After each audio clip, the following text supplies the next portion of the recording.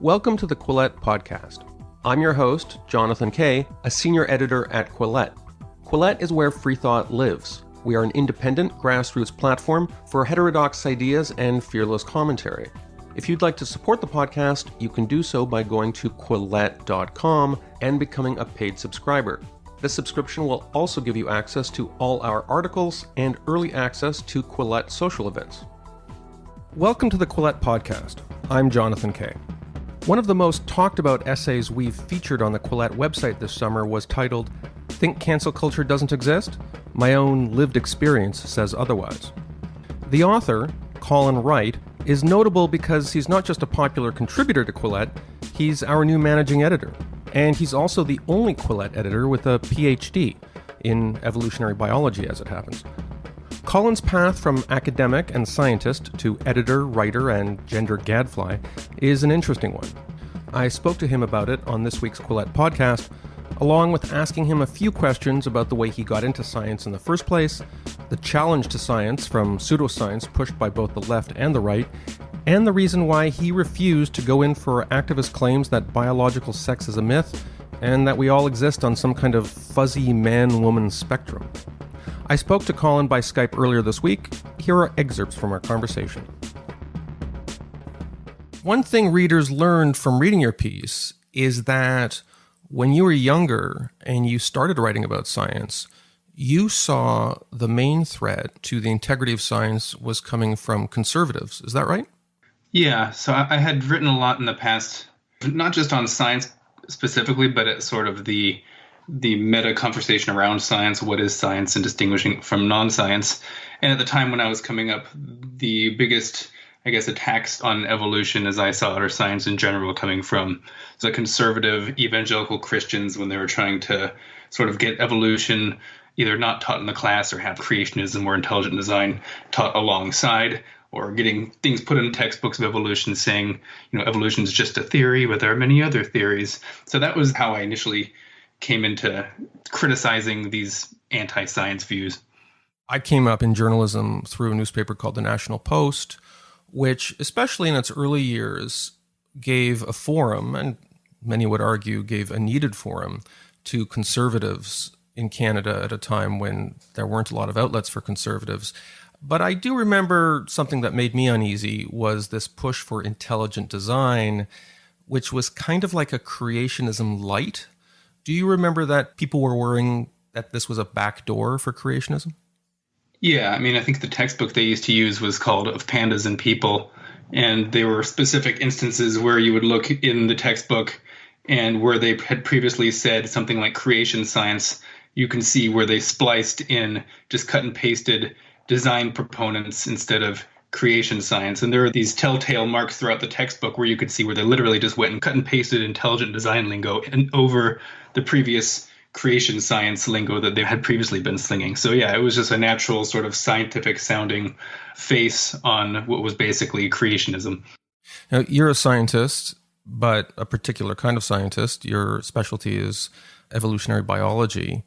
For a lot of people, they come to this through books. I remember, I'm not an evolutionary biologist, but I read The Selfish Gene. That was a book that had a lot of influence on me. What was it that drew you to evolutionary biology as an interest?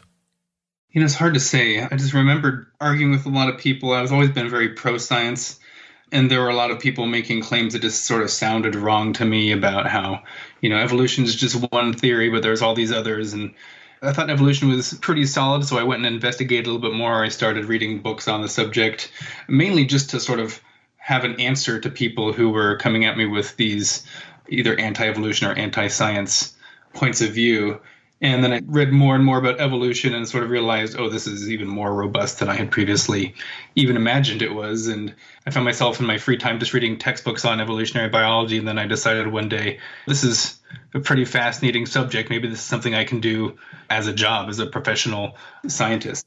Before we get into some of the more modern political controversies around evolutionary biology, I want to dwell a little bit on the fact that evolutionary biology always feels like kind of a risque field of science because you're on your safest ground when you're saying, gee, like, why do giraffes have long necks? Why does this creature run fast? Why does this creature have a certain kind of reproductive strategy?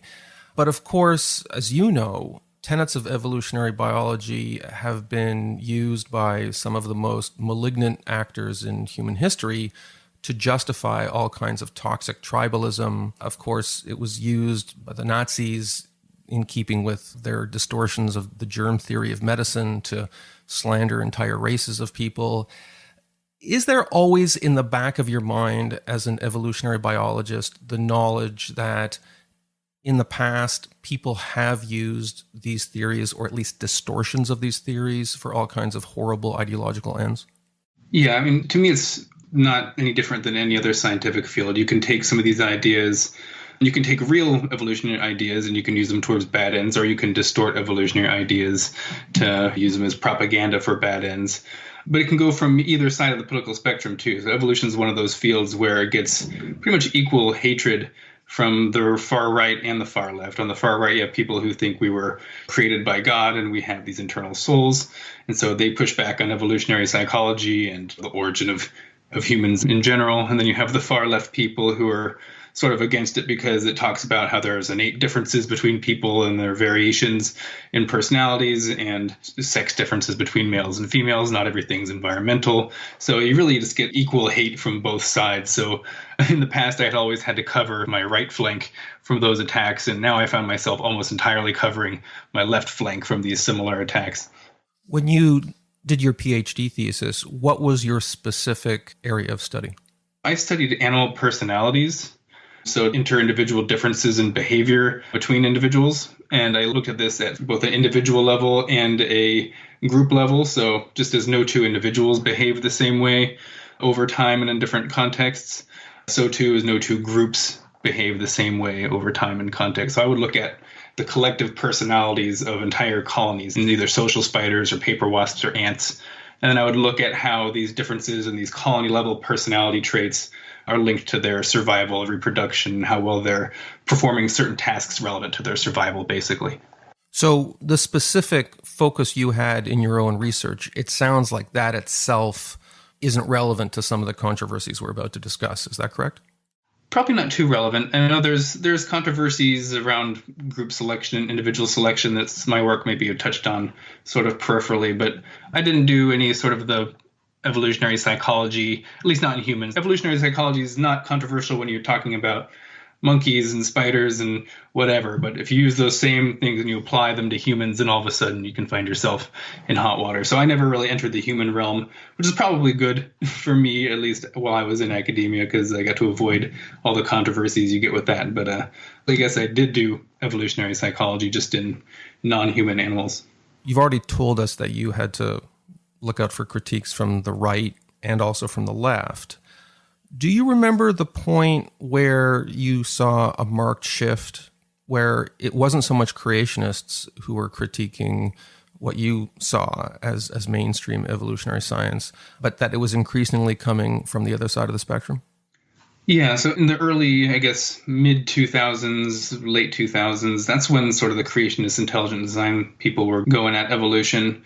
And I was nothing but encouraged by other scientists to really go at these people because, you know, there weren't any creationists and evangelicals in the universities, or if there were very few. They lacked any sort of institutional power. And so I could freely criticize them without worrying about anything. And then it wasn't until I got to sort of grad school when I started having more professors follow me on social media, and I would see these certain claims, the quote unquote blank slate denialism, where they're thinking that all differences in personality or behavior are due to environmental factors. And it was when I pushed back on these things using the same type of critiques I would use to criticize intelligent design or creationism that I would get this same sort of pushback, but from the left instead of the right this time. I want to go back to that phrase blank slate, because I remember when I joined the Quillette editorial staff in, I guess, late 2017, a lot of contributors and some of my colleagues at Quillette used this phrase very casually. Generally, they opposed it, this idea of the blank slate, but I had never heard this phrase before. For somebody maybe now in 2020 who's never heard this term blank slate, could you describe what that means? Yeah, so there's sort of a strong and a soft form, I think, of blank slatism. The strong form would be that there are no inherent differences in the minds of males and females or people in general, any two individuals. For simplicity's sake, let's stick to the male and female thing, because it sounds like that's where it really took off. You're telling me that there are people who argue that the male and female brain are essentially identical? Yeah.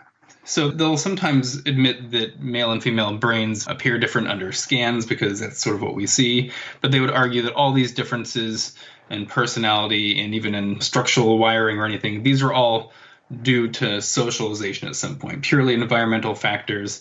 The way we socialize males and females from very young ages throughout their lives change their personalities, change the way their brains are wired. This is the strong blank slatism.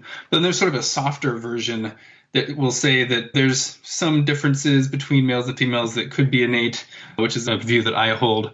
But there's usually a bias that prefers environmental explanations over innate ones. So if all else being equal, they just tend to prefer these. They require a lower threshold of evidence to affirm an environmental narrative than an innate one, when I'm of the opinion that there's really no reason to favor one or the other. You just need to sort of look at what the data is telling you. Given the extensive risks and period of incapacitation that accompany gestation and childbirth, it would seem fairly obvious that women and men would be evolutionarily encoded with different survival strategies. Are there any serious evolutionary biologists who endorse the strong form of blank slatism? I don't think I've really met any that would be strong blank slate people who are practicing evolutionary biologists. I do run into a lot that have a very, very strong bias towards environmental explanations, and they might dismiss any sort of genetic or innate finding offhand, or at least suspend it until they can maybe gather environmental data comes in. So their threshold of evidence seems to be different depending on where the explanation is coming from, whether it's genetic or environmental. So I'm going to play devil's advocate a little bit here, as is consistent with my role as Quillette's in-house liberal. I'm old enough to remember when people said, yeah, it's just a fact of life that women aren't going to play video games because they tend to be violent, and men like video games because it reminds them of like throwing spears on the savannah and hunting food and all that stuff. And then video game manufacturers started making different kinds of games like Fortnite. And, I have 3 daughters and 2 of them love Fortnite. And it's kind of caused me to reassess some of these views that I once had. And I think maybe the blank slatists, at least the soft form of blank slatists, they had a point about a lot of things that maybe once we casually attributed to human nature, but maybe it really was a vestige of culture. Is there value in putting the burden of proof on the other side to show that, yes, this is something about hardwiring, it's not about culture? Yeah, I think there's definitely a value in not immediately accepting any innate answer. And there's also an importance to realize that when biologists talk about innate differences, they're not talking about this strict dichotomy between male and female brains. They're not saying that if you're a female, you're going to behave this way. You're just determined to behave this way, whereas the male is determined to behave this way. They usually talk about overlapping distributions of individuals within a population. And if you're a female, you might just be more genetically predisposed to behave certain ways, but that doesn't mean you won't have some females that are behaving in ways that are more typically associated with males, for instance. And then there's also this idea that science is never entirely settled on any certain issue, or at least it shouldn't be. You shouldn't just like move it off the table. So if we have a discovery that comes up that says that there's these innate differences, that doesn't mean that the book should be closed forever. We just need to be able to continue having conversations about these findings.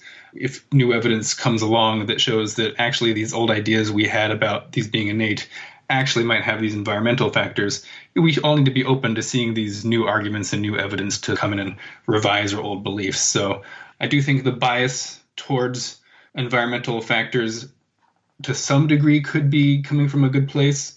At the end of the day, though, we just need to make sure that we're not removing things off the table just because we have an initial aversion to them. Your discussion of this spectrum is interesting because I think any person of common sense realizes that there's a huge spectrum of personalities among men and women. And I know plenty of women who have really stereotypical male personality traits. You know, I go to board game conventions and they're the ones who are really type A and super competitive. And I know men who have stereotypically female attributes. The spectrum does exist in regard to personality, and it's good that it exists. It creates this wonderful diversity of personalities among men and women. But one thing you've written about is this, I think, junk science extrapolation of that continuum, that spectrum, to the idea of biological sex. Could you explain when that started to happen? Yeah, so the exact moment it started to happen, I'm not sure, at least from the outside. I know when I started noticing it first, might have been around 2015 or so while I was in grad school, just on Facebook and listening to friends having discussions and them posting things like Ann Fausto Sterling's, the 5 sexes, or seeing post articles and they're talking about sex being a spectrum. Whereas before they would talk about the gender spectrum, which I always took to mean is the way people express themselves and their behaviors, which can be more or less, I think, described as a spectrum, at least a bimodal one to some degree. But then it was around that time they started speaking about sex being a spectrum. And when I asked them, are you talking about gender or sex? They would double down and say, no, I'm talking about actual biological sex here. And just to be clear about terminology, we're using the term gender to describe the way we express ourselves, our inwardly felt feeling of who we are. Stereotypes, gender often is an affect, whereas when you refer to sex, you mean the biological way we are wired, male or female. Yeah, that's the distinction. One's purely behavioral, psychological, at least that's how I tend to define gender. The other is, I would argue, an objective way that you can classify sexually reproducing organisms as either male or female, or in some instances, perhaps they're somewhere in between, they're intersex. They don't quite have developed unambiguously male or female genitalia. Now, you've written several articles for Quillette, and the reason we're having this conversation is because of the personal experiences you described in your most recent one, and we'll get to that. But you wrote one a few months ago that was a real eye-opener for me, because I always knew that it really sounded wrong when people were telling me that, oh, there's no such thing as men and women, it's one big mushy genderbread mashup. But you explain the science behind that. And it basically comes down, as I understand it, to what kind of gamete you produce, sperm or egg. Am I oversimplifying it? Yeah, so I'd say there's 2 levels of the way you can look at it. When scientists talk about biological sex in general, in sexually reproducing species, we classify just sort of males and females as a broad concept as individuals who are producing either sperm or ova. But when we kind of get down to actually classifying individual flesh and blood organisms, you can't really use that specific, whether or not they're producing sperm or ova, because adolescent males aren't producing sperm yet. Postmenopausal women aren't producing eggs at the time.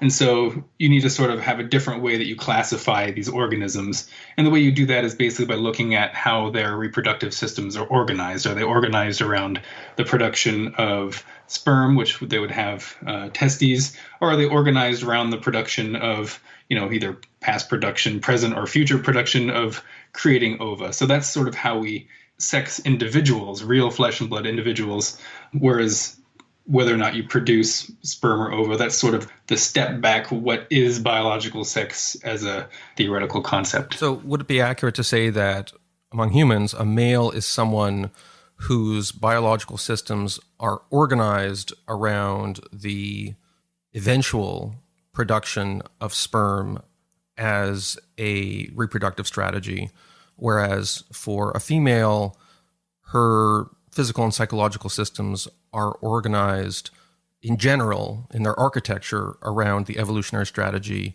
of producing ova. Is that accurate? Yeah, I wouldn't put psychological in there. I would just focus on the reproductive anatomy that they have.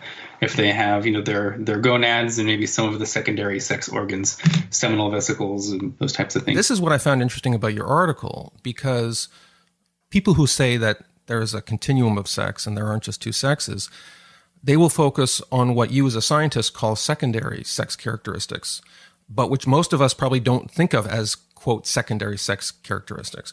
From what I understand from what you've written, the penis, the vagina, the breasts, these are secondary sex characteristics, even though we don't think of them as secondary. Can you explain what a biologist means by secondary characteristics?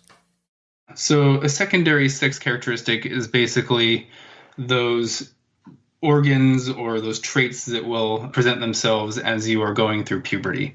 So before puberty, when you're in the womb, different hormones that are activated by your genome are going to create whether or not you have a penis or a vagina or testes or ova.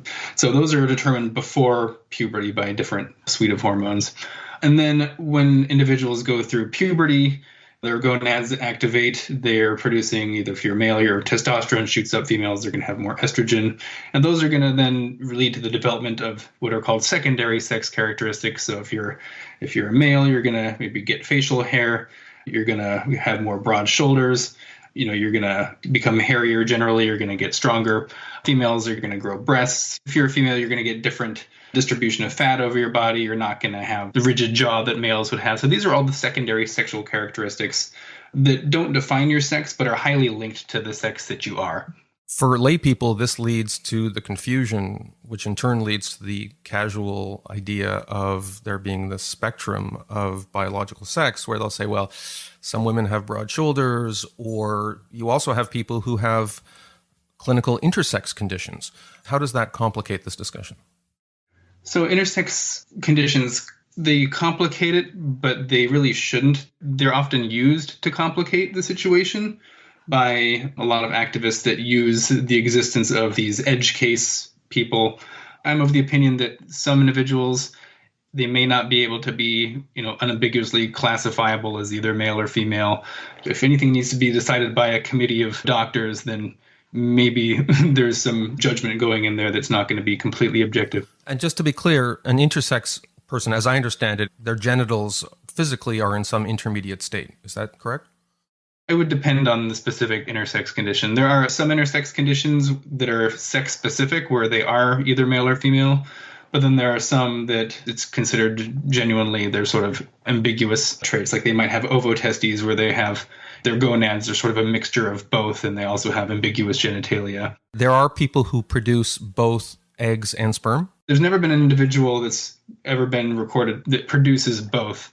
There have been individuals that have both testicular and ovarian tissue, but if those individuals have ever been fertile, they've only ever been shown to produce one or the other, eggs or sperm. There's been no example of a quote, true hermaphrodite in humans that can produce both, either simultaneously or at different times of their lives.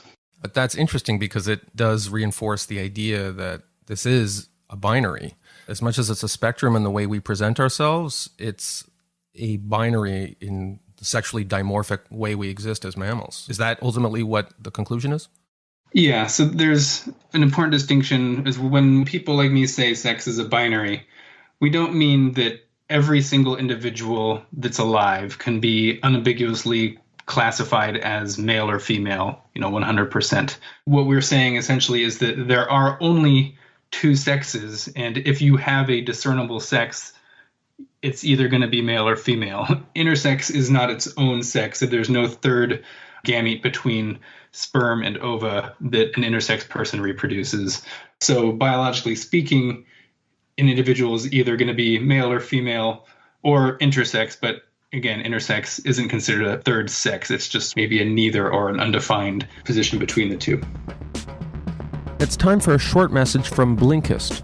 If you're the type of person who reads Quillette and listens to the Quillette podcast, you also might be the sort of person who reads a lot of books. But like me, you probably never have enough time to read quite as many as you'd like. And that's where Blinkist comes in. Open the Blinkist app on your phone, tablet, or browser, and suddenly you're able to read or listen to expert 15-minute summaries of popular nonfiction books. For one low price, you get unlimited access to the entire Blinkist library. There are 12 million people using Blinkist. For some users, it's the soundtrack to their daily slog through traffic. Others read Blinkist on the subway. In my case, I listen to Blinkist when I walk my dog, which usually takes about 15 minutes. That's one whole book. Go through the Blinkist catalog and you'll find all sorts of big brain books like Upheaval by Jared Diamond and Sapiens by Yuval Noah Harari. But they've also got those business books you see in airport swivel racks, not to mention the Communist Manifesto by Marx and Engels, and of course, 12 Rules for Life by Jordan Peterson. In some cases, the Blinkist summary is just enough for me. Other times, I'm so interested that I go out and buy the book and read it cover to cover.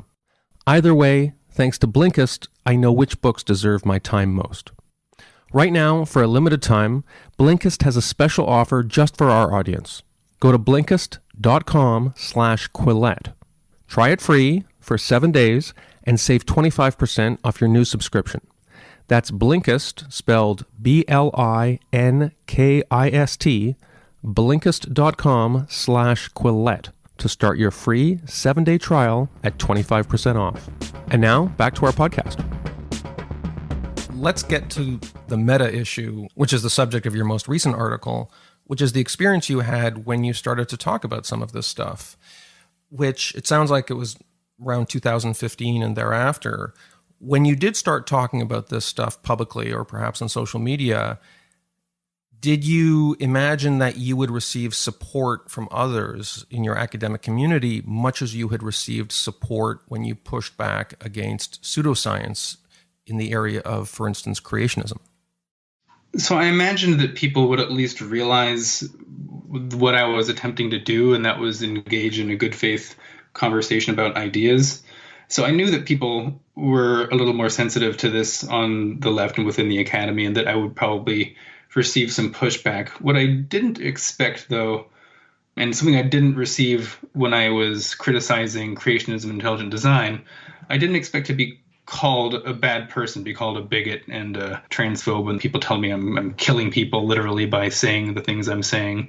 So there was definitely that major difference where it wasn't just an intellectual argument they were having. They were defending some sort of ideology to the bitter end.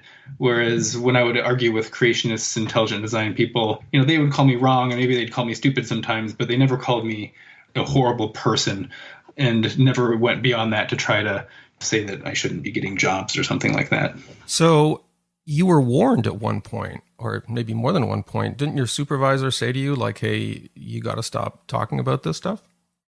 Yeah, so I had talked to a lot of my mentors, and they were all very much on my side. They agreed with my positions on things, and I went to them to get feedback because I had written a draft of my first article, which was The New Evolution Deniers, and I sent them that, and they both, I remember the emails they sent me, and they said, this is absolutely right, this is really great, it's powerfully written, but you can't publish this, at least not with your name on it. Like one of my mentors said, publish it, anonymously.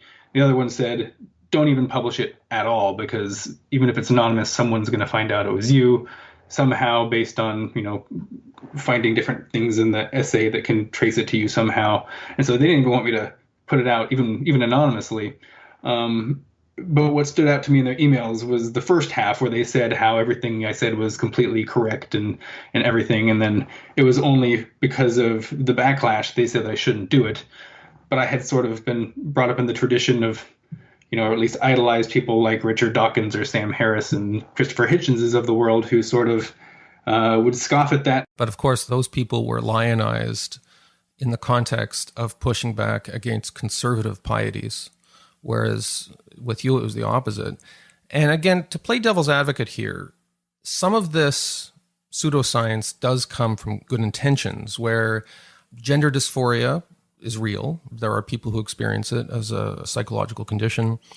And the argument is that, well, to palliate the gender dysphoria, you should treat them according to their preferred gender. Even if they're biologically male, you should treat them as female.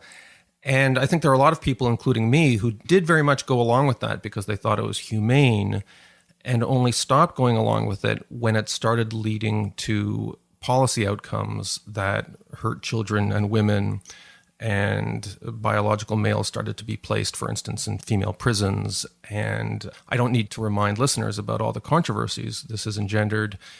But When you describe these conversations you just had, was it still at the phase where maybe people didn't realize the troubling policy implications that this material would have if it were extrapolated credulously across all domains of policy?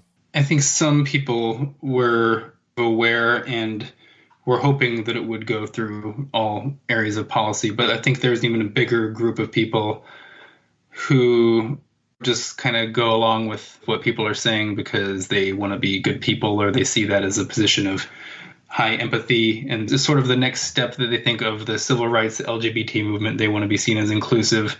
And maybe they haven't thought through all of the negative effects, or if they have to some degree, they don't think it's that big a deal. Like, so what if trans athletes are in women's sports and they're winning occasionally? It's not the end of women's sports because they rarely win anyway. There's a lot of ways you can make it not seem very important, or just sort of like people are becoming hysterical over nothing.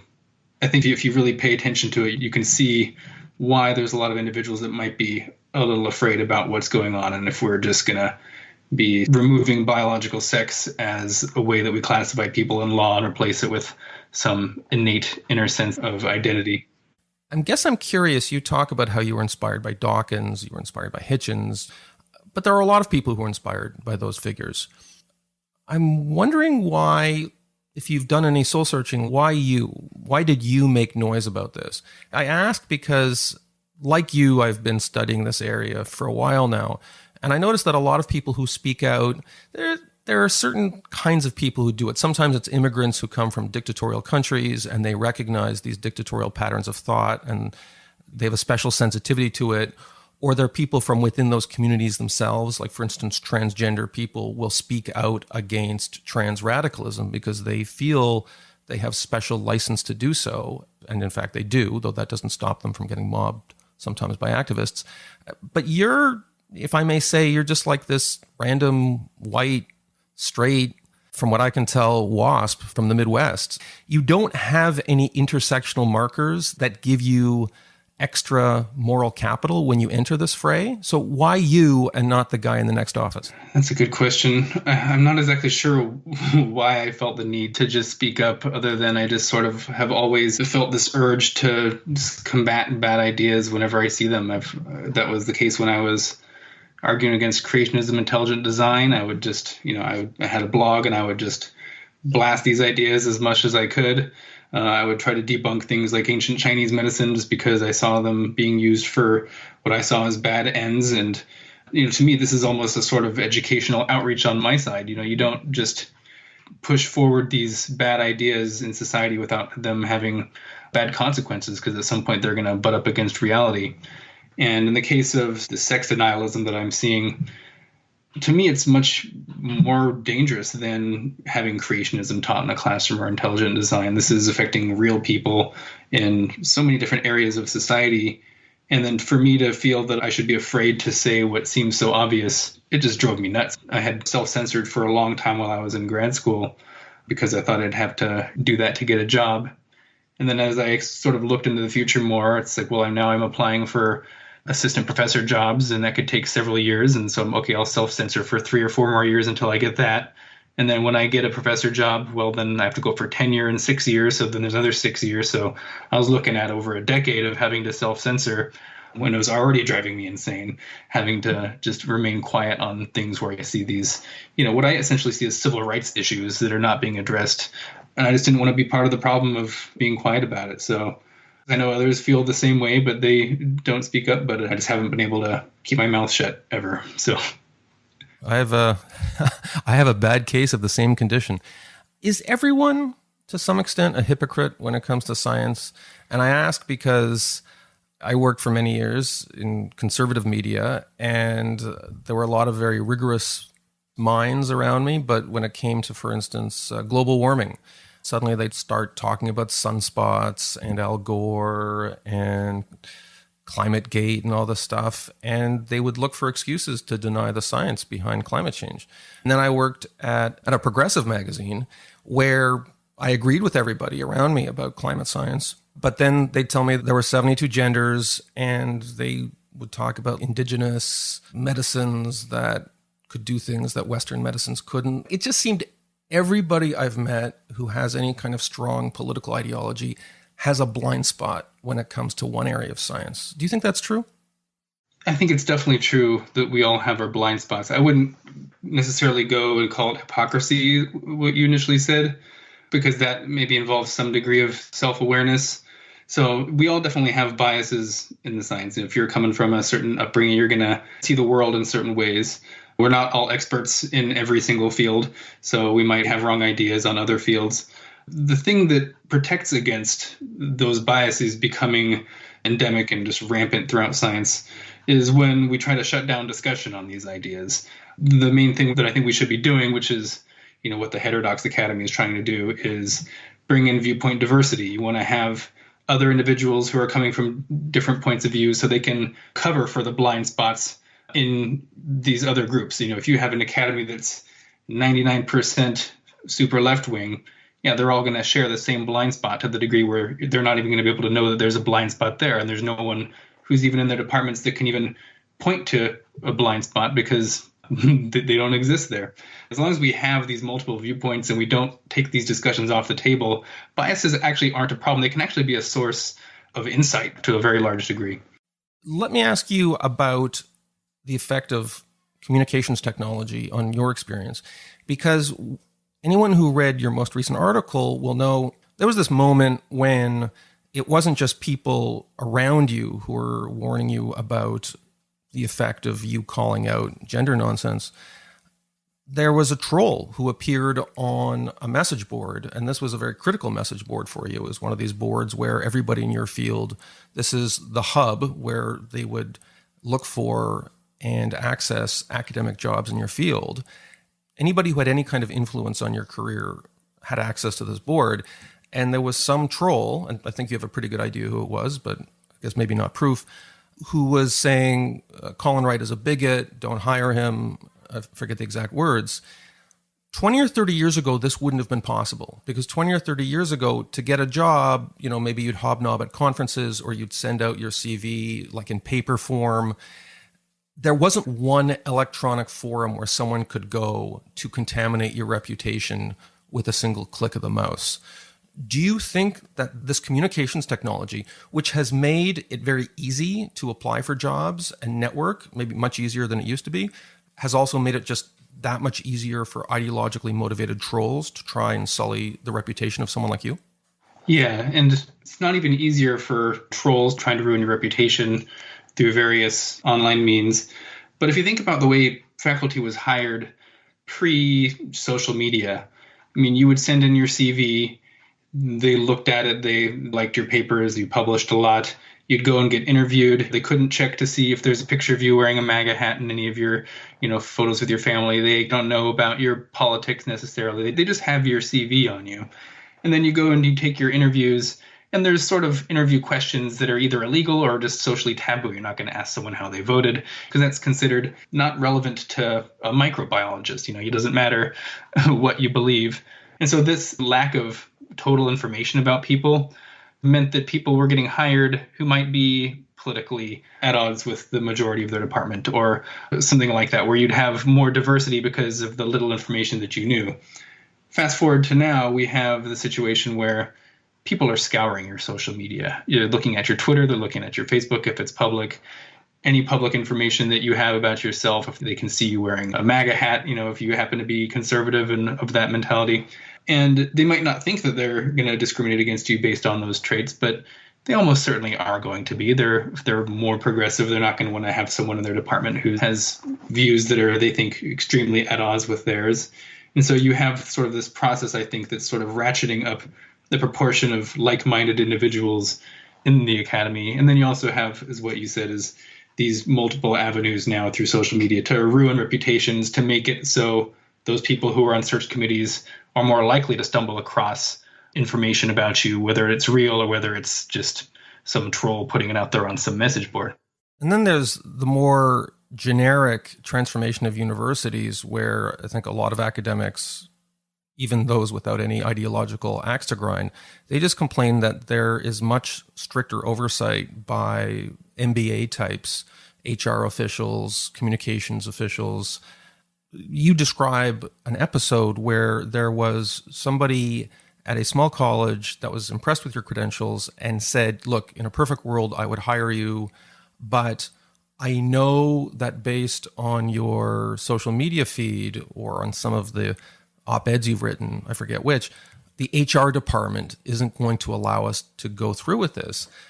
I'm ignorant about office politics and academia, but 20 or 30 years ago, if a biology department was hiring a professor, did the HR office, assuming there was an open spot, did the HR office have a veto on who they could hire? No, this is completely new. So HR had always been, if anything were to arise that was an actual problem among their current faculty, then you bring in HR to moderate and see what's going on there. But now there's this trend to have them in the first step of the interview process, where you need to pass approval by the HR. In some cases, they're the ones who are looking over your diversity statements. And among those, if you pass that first hurdle, you then get handed off to the department and they can choose among those curated few. The big problem is the HR is often, as you say, the MBA people, they're often more skewed politically than the faculty. They're just risk averse, right? Yeah, it's probably a combination of that too. Yeah, they're extremely risk averse and they're more likely skewed. Because the university that reached out to me, I won't say which one, but it was a private conservative university, but their HR department was not nearly as conservative as their faculty was. And so that was part of the issue there too. I thought that was such a weird subplot in your piece, because I used to be a TA when I was doing my graduate studies in engineering, and the HR department at the university, it's like that was where you went to get your parking pass and maybe complain that you didn't get vacation pay. Like the idea that they were going to say, yeah, we don't need another hydrometallurgical engineer because, his views on pyrometallurgy are at odds with the university's brand or something, like that would have been seen as bizarre. And it sounds like a huge source of frustration.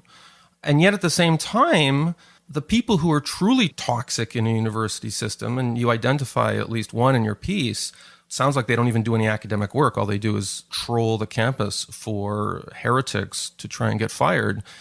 It sounds like HR is powerless to get rid of those people. And some of these people are quite junior. It sounds like the people who are controlling the ideological atmosphere at these places, from what I can tell, it's not like they're the leading luminaries in their field. In some cases, it sounds like they're mediocrities who just have decided that they're going to make it their life's work to purify, as they see it, the ideological component of their department. Is that the case? Yeah, I'm not sure if I could comment too much on, the qualifications of all the individuals who are being those online trolls. There are some that I know who don't seem to be very productive, but I know some that are still scientifically pretty productive. They just don't have any fear whatsoever that HR is going to come for them just because they happen to be towing that orthodox line. So they basically can say what they want. They can accuse their own. In the case of Michigan State University with Kevin Bird and Stephen Sue. Yeah, Stephen Sue. He was the vice president of research until he stepped down. Yeah, you can make these baseless claims of, racism or sexism or whatever it was to a high-up faculty member who's, on all estimates and everything I've seen, has shown no evidence of these claims. And there's nothing to fear for these individuals making these claims, but it resulted in Stephen Sue, him getting demoted or at least losing his position. So there's just unequal footing. There's just all condemnation for one group, whether or not it's true, and you don't get any punishment for making false accusations. I always like to give credit where it's due when it comes to administrations that don't give in to the mob. And one interesting thing in your most recent article, you talk about how it was Penn State, I think, where you worked. Is that right? Yeah. At Penn State, where you, if I remember correctly, you had a postdoctoral fellowship in your field in biology, they did not try to fire you. And in fact, you had an opportunity to keep working there. I don't know if you know what was behind the black box there, but were there discussions among the administration, or did they make an affirmative decision to stand up for free speech? My interaction with Penn State was completely minimal throughout the entire debacle I was going through, the whole controversy. They basically said absolutely nothing to me, which was fine. As long as they let me do what I want to do, they don't need to say they support or don't support me as long as they're not censoring me in any way. And they didn't. So when I published my Wall Street Journal piece, The Dangerous Denial of Sex, I didn't receive any complaints from my actual HR. It was only other people who forwarded me some of their emails that had notified me that HR was contacted by students that were claiming to feel, unsafe with me on campus. And they accused me of attacking non-binary and trans identities. But the HR never came to me and said that these are formal complaints. They never graduated from complaints to anything on my record or something like that. So that was fine. Because I originally had a 2-year fellowship, but with the option of extending a third based on performance. And they had offered to extend my contract to a third year. It's not clear to me whether they even knew I was going through an entire ordeal and there was a controversy around me, or whether or not there was, and they were fine with that. So I'm not sure how much information they had either way. All I know is that if they knew, they didn't care. So you made the decision to leave academia and join the highly profitable and lucrative world of, of online opinion journalism. So it's been a couple of months now since you joined Quillette. We're colleagues now. And I didn't know you when you were an academic, but I get the sense that your mood has lightened. Could you talk a little bit about the cultural differences between being a journalist, especially, I guess, at a place like Quillette, which is what you know, and the world of academia in terms of how it affects the way you go about your professional life? I mean, they couldn't be more different. So something maybe I didn't even realize when I was in academia is the stress and anxiety that was just a constant in your environment, not just because of the pressure to publish and always be getting new data and try to find funding. That's a constant for everyone who's in academia. But the additional constant of me knowing that I'm going to keep writing about these opinions that I have regardless, as either, as a side project to my academic work, and knowing that all of my collaborators, almost all of them anyway, have publicly or privately denounced me one way or the other, knowing that students are going to continue to make claims about me and them feeling unsafe on campus. And, well, how's this going to look when I try to get jobs, when I try to go up for tenure? And all of these factors were constantly on my mind and adding more stress on top of the already intense environment of, the publish and perish environment in academia. Working for Quillette now, or just leaving academia, all that has just sort of left my body, at least that sort of stress that I had before. I didn't even know it was there, but it was. And so, yeah, it's been pretty revelatory. Well, it's been a pleasure having you on board. And thanks so much for writing your piece and for taking the time to talk about it on the Quillette podcast. For those interested in reading Colin Wright's latest piece, it's called Think Cancel Culture Doesn't Exist. My Own Lived Experience Says Otherwise. Colin, thanks again, and I'll see you on our Slack channel. Thank you so much. Thank you for listening to this episode of the Quillette podcast. Quillette is where free thought lives. We are an independent grassroots platform for heterodox ideas and fearless commentary. If you'd like to support the podcast, you can do so by going to quillette.com and becoming a paid subscriber. This subscription will also give you access to all our articles and early access to Quillette social events.